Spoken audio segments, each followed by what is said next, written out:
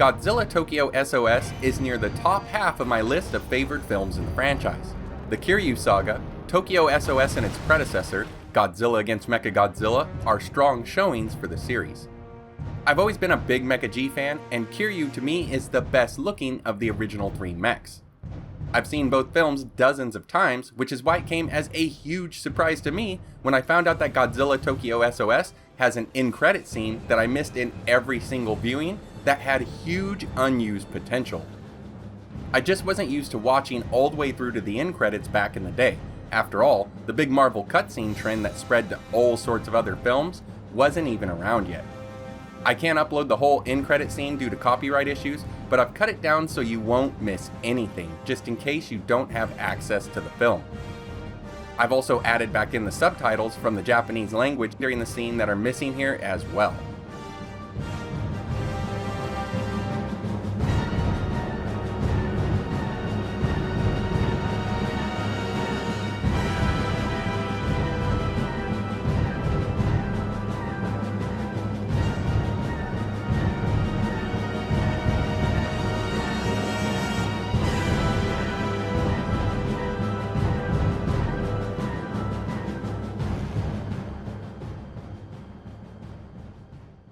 So if Kiryu had failures linked to the use of DNA along with the bones of the original Godzilla, I doubt that they would turn around and build a second one.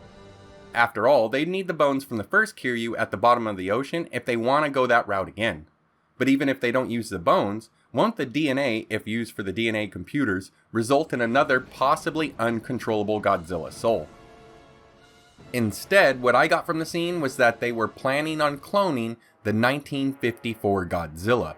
Or in the very least, they were making some kind of organic creation based on him. I say organic because of the mention of bioformation and biotech, with bio referring to living organisms. Now we've already had crossbred clones, if you will, in the Heisei era with Biollante and Space Godzilla. Is it possible that this was an attempt to bring either of these kaiju into the Millennium era? Just imagine how awesome it would have been if we would have had updated looks of both Biollante and Space Godzilla. It's also possible that they were trying to grow some kind of new kaiju creation, yet I can't help but think here that the intention was to make us think that they were cloning the first Godzilla. Toho has been pitting Godzilla against doppelgangers of himself for a long time, so it wouldn't surprise me if they were finally setting up the battle of the century with the original Godzilla facing off against the modern one. Just think of what could have happened in the franchise if this story idea was followed up on. This could have even led to a new group of films in the Millennium era that were tied to the Kiryu saga, following either or both Godzillas. It could have been pretty amazing if done right. So I started to wonder if Toho had any plans to follow up on the Kiryu films, and as it turns out, there wasn't anything concrete, but thanks to TohoKingdom.com, it appears that Toho did have some early concept art in the Godzilla x Mothra x MechaGodzilla Tokyo S.O.S Super Complete Worksbook that included a direction that they may have gone in after the end credit scene if they would have done so. I don't have the book unfortunately, and I can't find any images online, but as it turns out, showing the Godzilla 1954 DNA container was kinda misleading, meaning that it was only there to suggest that they had collected the DNA of the kaiju that they had encountered.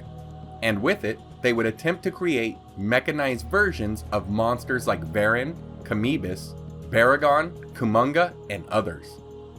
Now Toho Kingdom is quick to note that the images should not be taken out of context, as they aren't meant for an actual movie, but more of a what-if scenario. But since we are talking about the end credit scene itself, it's still good to see an early idea of what they were thinking and what they could have done. I also want to draw attention to the date that the DNA was attained. 11/3/1999, or November the 3rd, 1999. The American subtitles incorrectly state 3/11/1999, but if you look on the label, you see the date there as well in its correct form. The most commonly used arrangement in Japan is year, month, day, or November 3rd, 1999. And this day is important. After all, the original Gojira film in Japan came out on November 3rd, 1954, the same day as The Extraction. And it's also the same day Godzilla 2000 was released in theaters in Japan. So what do you guys think of this end credit sequence? Is this your first time seeing it, or did you see it with the film originally? Would you want to see a straight up clone done of Godzilla like I thought? Or some mechanized versions of some of the most underrated kaiju out there? How about my other idea of bringing back Biollante and or Space Godzilla in a whole new era? Honestly, I'd say yes please to all of the above. I'd love to hear your thoughts on this one, and as always, your likes, shares, comments, and subscriptions go a long way towards helping the channel grow. Thanks again guys, take care, and I hope to see you next time.